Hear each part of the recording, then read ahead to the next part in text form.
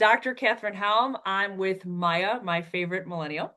Woo. And welcome to Cupid's Broken Bow, our conversations about all things relationships. Today, Maya and I are going to be talking about a couple topics. The first one is the nuances of cohabitation. When you move in with your partner, da da da. Do you have thoughts on this, Maya? I do. I've only lived, mind you, I've only lived with one partner and I didn't mind it. I liked it. Like, I didn't feel obligated to reach out all the time during the day because I knew who I was going home to. Like, it was nice to have someone there to, like, just split the burden of life. And I worked crazy hours. So it was just nice to have someone to, like, share the load. So you liked kind of coming home to somebody. It Yeah. reduced kind of your time having to communicate with the person outside of the time you were together, Yes. right? And like to split the like financial load and the household chore load kind of thing. Yes. It was easy. Mind you, like me and that person, it doesn't mean our relationship was great, but I did enjoy that aspect of it. And do you mind if I ask how long did you live with the person? I want to say 6 months before you. Okay. So a little bit of time then. Mhm. Yeah. So here's something ironic. You had a good experience. Many people do not have a good experience. Yeah. So a lot of times couples will come see me for counseling because things are going really well before they start cohabitating. And then when they started cohabitating, shit blew up. Is that because like I find is it like okay, is that because who they are in their home life is just not compatible? Well, I think it's a couple things. One, some of the romance factor decreases. You don't have to work to see this person anymore. They're just there, right? Two, now paying bills together is not sexy. So now you have a whole other set of tasks that you have to work through that you didn't have to work through when you weren't living together. Look at your face. You're like, are you serious? Yes, right? You have to work through money issues and you have to work through who does what, right? Who's going to clean up what, who's going to cook, what are we going to eat, right? If there are children involved from other relationships, we have to figure out what that looks like. Who comes to our home? How do we spend time with friends, right? So it involves a whole other set of challenges that oftentimes when you're in the middle of like, I love you and I love you, like we are not prepared to deal with. We think we are, but a lot of times we're not because it involves like negotiations. I uh, okay, that's fair. That makes sense because I think I am also different in the sense that I don't think I will love a person. That's so harsh, but I don't think that I will feel that comfort until I know those things about a person. Fair. Okay, say more about that. Like how you live is like what like I'm attracted to. Yeah. Like and like in wanting a partnership with a person is like I want it to be as compatible with like what I want from partnership as possible because like I'll be infatuated with people all the time. But like do I Right. want to be with someone? Not until I know that like we would live well together. Yeah. So for you, it kind of solidifies like you Hmm. need to know that information. Now, research says some interesting things. Research says that couples who cohabitate who aren't married, I do think the research may be somewhat outdated, but actually have a higher likelihood of breaking up, or if marriage is the goal, never getting married.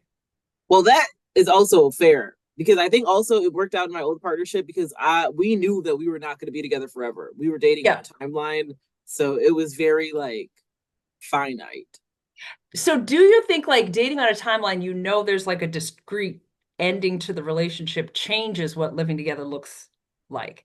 for sure because you know that you can withstand it. Yeah, because you're like, okay, that gets on my nerves, but it's not a big deal because we're not doing this forever. Hmm. But couples who sort of engage in the forever are like, can I actually live with this long term? Yeah, Is it, I often hear couples say things like, why is it so hard? Why is this a big deal? Because living habits are different, values are different, and that's when you really get to know someone is when you're living with them. You no, living. learning like, oh, you're nasty, or you don't pay your bills on time, or you sit on the couch while I'm in here trying to vacuum up. So, living together is often stressful for couples. And That's then true. they begin to question, like, can I do this? Right? It brings a source of conflict that oftentimes they weren't dealing with before, or they minimize it. That's very true. And then the not moving to like them getting married if they want to get married, like them staying in like the purgatory is it seems like very normal and very like frequent. Yeah. Like and I can see why. I think that people can be like lazy. Lazy is so mean. People don't like change. And so I think that one of the easiest ways to maintain is by not changing anything. Well, yeah. And I mean, marriage rates in our society are coming way down. Europe was first, and they're significantly decreasing. Marriage isn't for everyone, Yeah. right? So cohabitating, I think we need some updated research, but that is a realistic, often desired goal, right? That like I love you, I enjoy your company, I want us to spend more time together.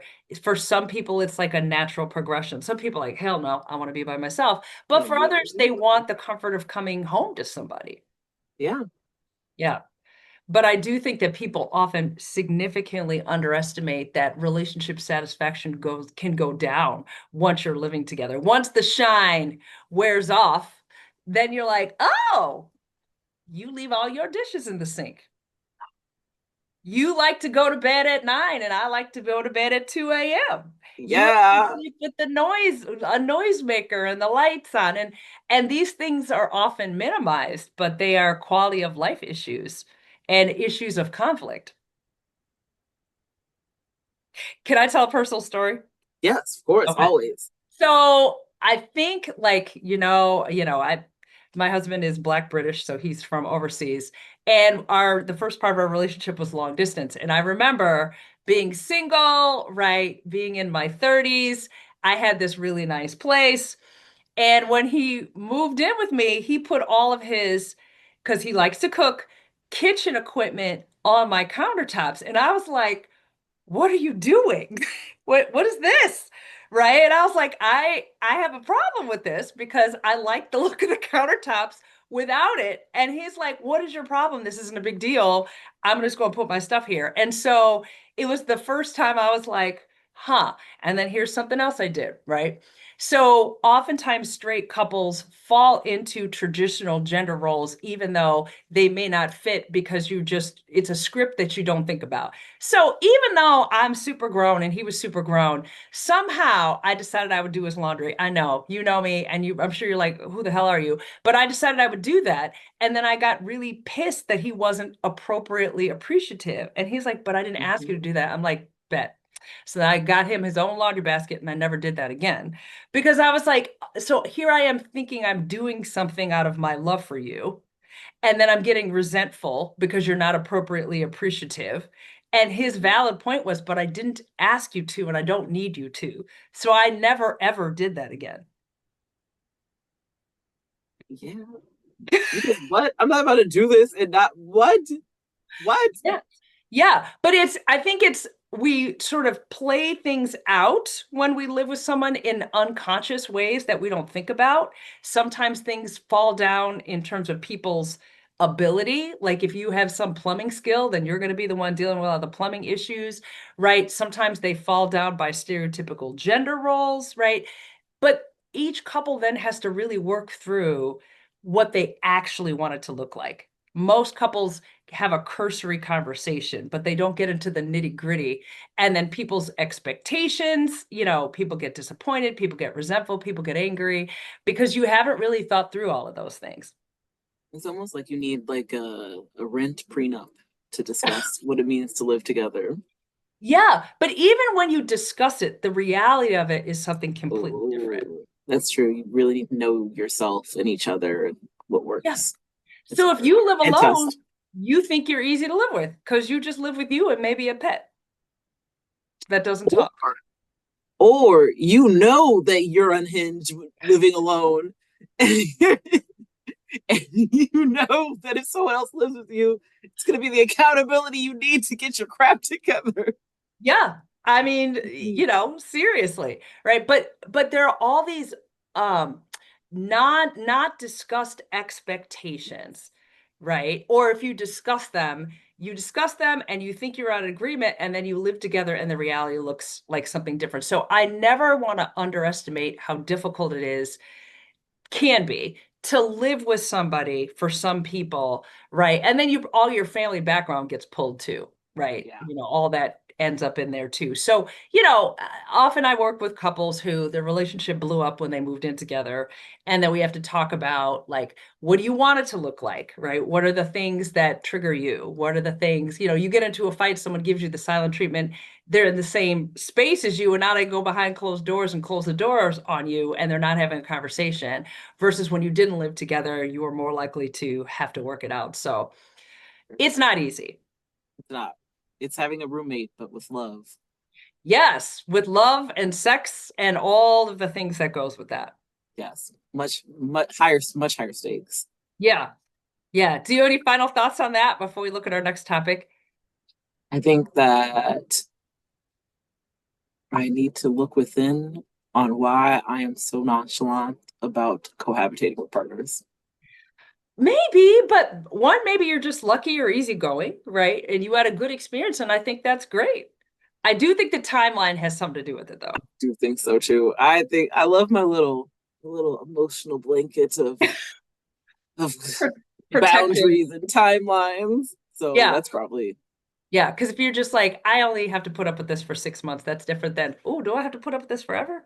no, literally. Ooh, Yeah. No. So, Maya, what about like we talked about dating apps, people getting sick of them? it's exhausting. Say more. Like Tell me more about it. uh people will WYD you to death. What is that? WD is what you doing? What are you doing?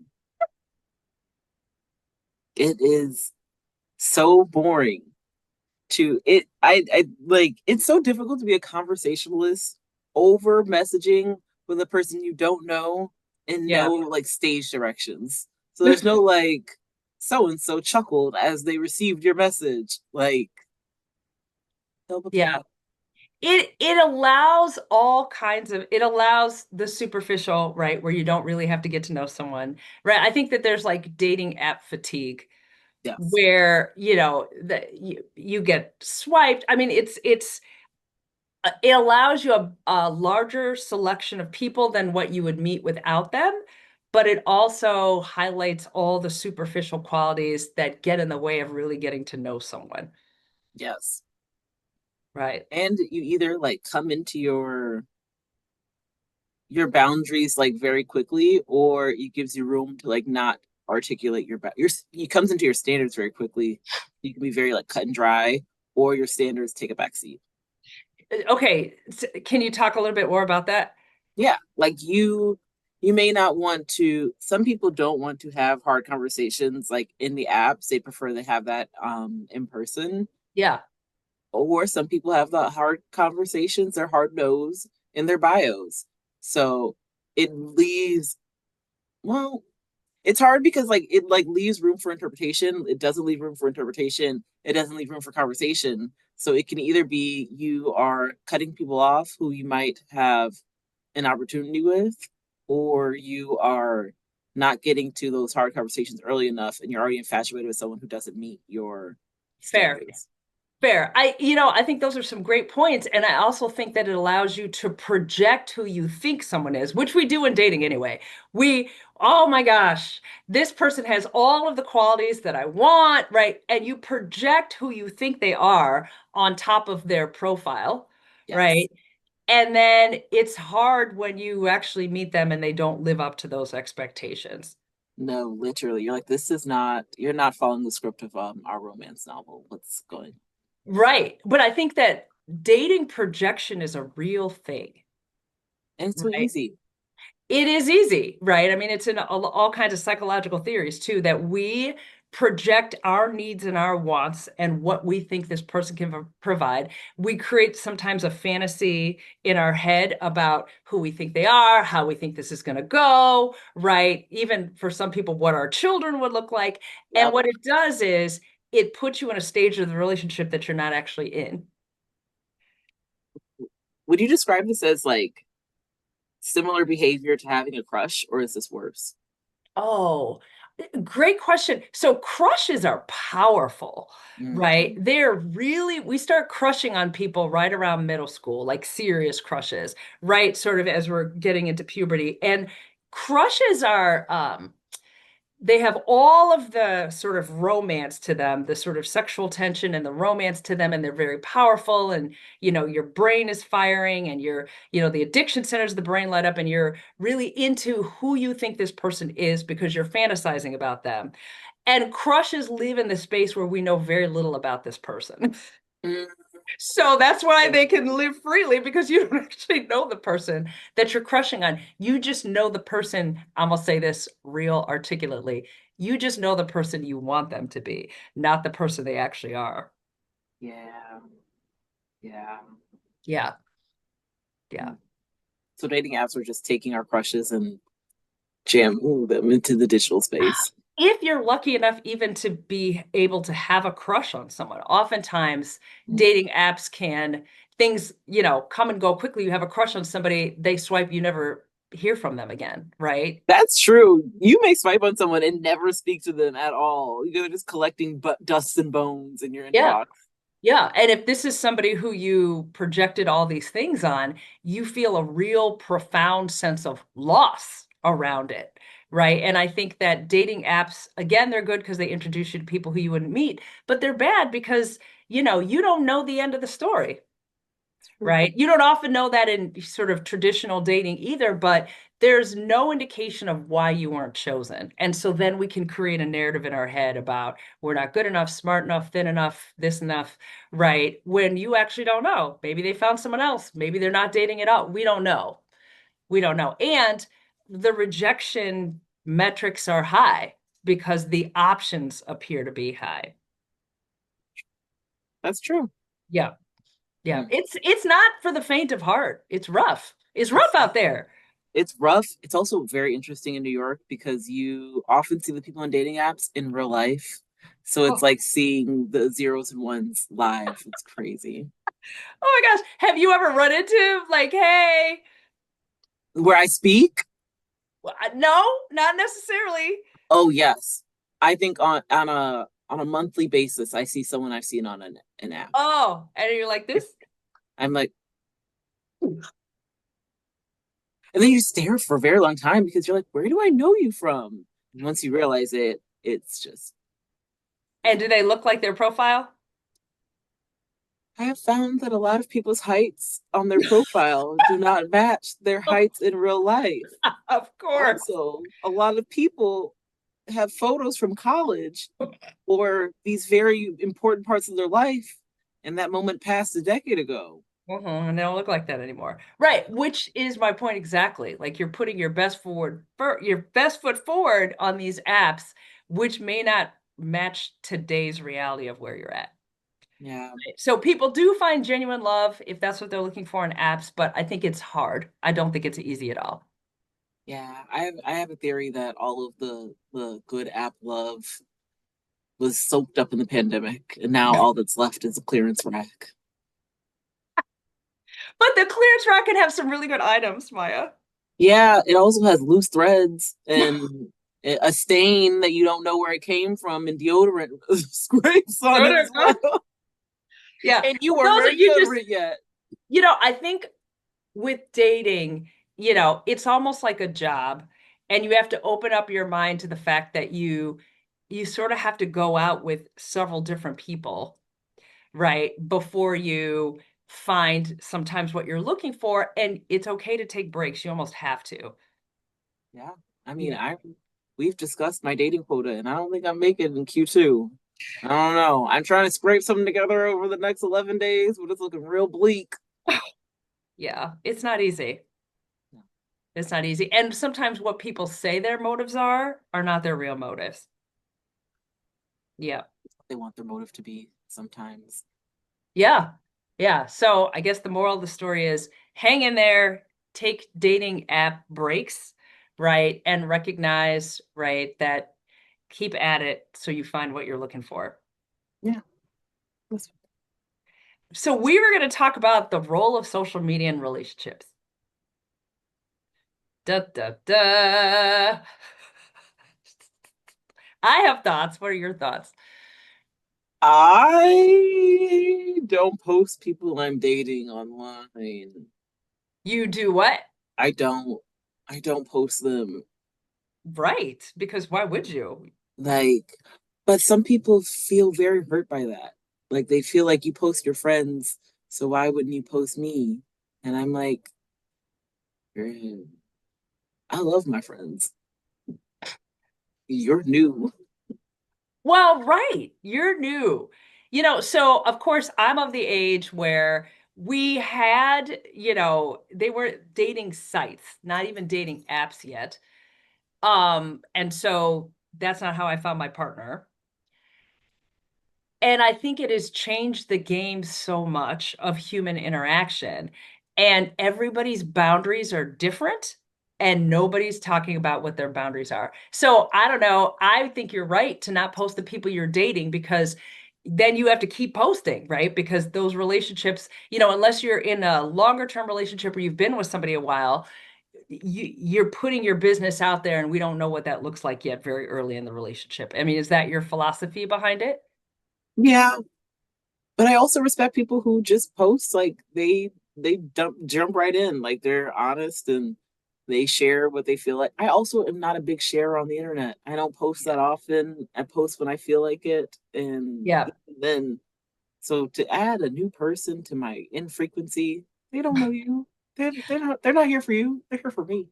I mean, I'm with you, right? I just think that you want a slow roll, and I know it's different for everyone and no judgment, but I think you would want to slow roll who you're posting, why you're posting, right? And what you're posting.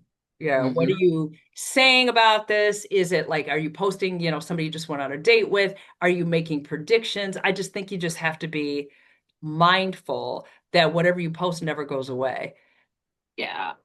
That's why the soft launches are so like people will post like themselves on a date and then they'll have an image strategically covering this person's head, or they'll only show like an arm. You'll see like a tattoo sleeve, and you're like, oh, I see Mr. Sleeve made it to the next round. Ooh. So you're saying like you post your date without their picture. Yes, it's called no face, no case.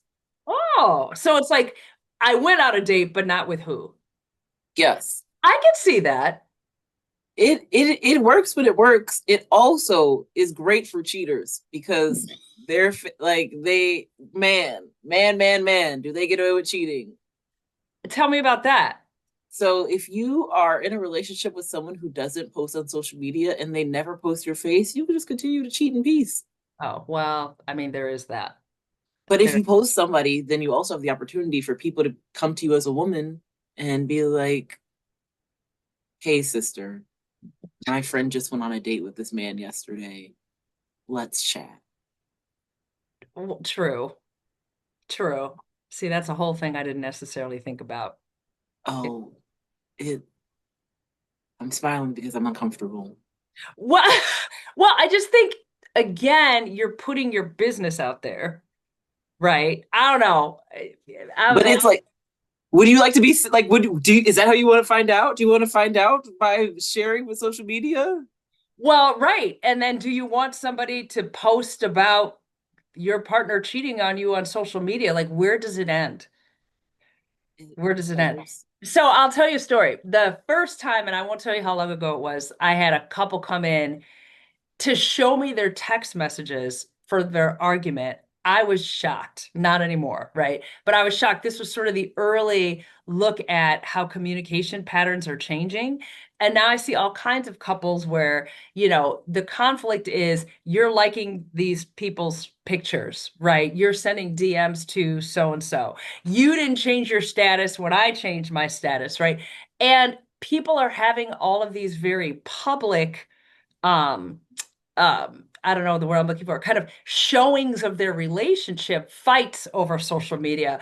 Are you connecting with your ex on, Facebook, on all these things? And so it just really, I think social media's impact on relationships, it's really blown things wide open.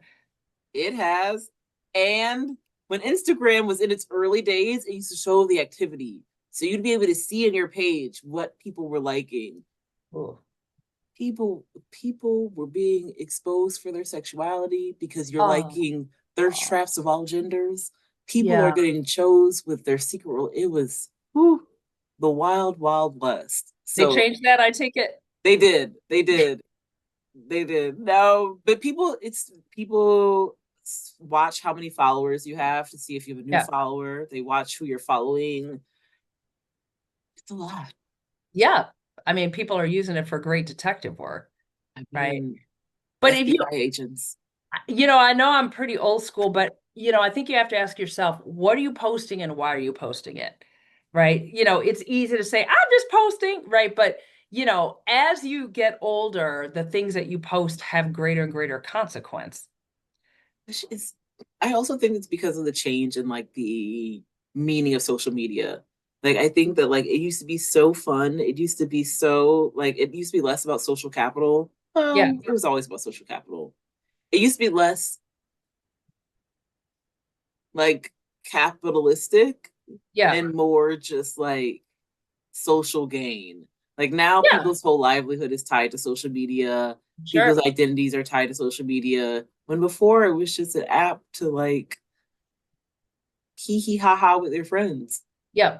Yeah. And now it's a whole other thing. Well, and it's here to stay, right? And it's here to stay, but the boundaries around it, right? I think you always have to have your own personal boundaries around it. And oftentimes with the couples I work with, I'm like, please don't have this very public fight, right? Where everybody knows everything about what's happening because you can't ever take that back.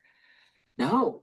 Right. And Like some people might be like, I don't care. But when your employer discovers that you cheated on your partner, because don't think that your employer is not, potential employers are not looking that stuff up. It's all right there. Of course they are. that is true. Oh I yeah. Like with forgot. your drunken pictures from college that you forgot to take down, you don't think your employer looks at that? They sure do. So that's so interesting that you say that because like that's been such an interesting discourse, like especially like the transitioning from like different social media apps. Like I remember like taking the internet literacy classes and like talking about your digital footprint. And I think that we've gotten away from it as it's become like more normalized because I think that I would say Gen Z, not Gen Z, Gen X, millennials are more cyber savvy because we had to like research everything. And I Mm, think Gen Z and Gen Alpha, they know how to maneuver through it, but I don't think that they are necessarily educated to think long term. mm. Right. Well, and maybe it's because they're also younger. Right. So the things that the consequences of, so for example, if I had a drunken night in college way back when, there's no evidence. Nobody knows because we didn't have social media. You couldn't post it. Maybe somebody took a picture, like an actual photo, Yeah. but there were no consequences. They weren't the same. That was college. It's done. But now college lives on forever because people take pictures and they post and they do comments and all of that kind of thing. And it stays there forever. You know how to dig hard enough, you'll find it. It's still there. That That's fight. why I'm trying to tell it myself. I'm like I was at the cusp. Like there are like people have like videos from college. Like they used to make compilation videos at my school of like parties. And so and it was posted to some of the official college websites. So it's like, Yeah.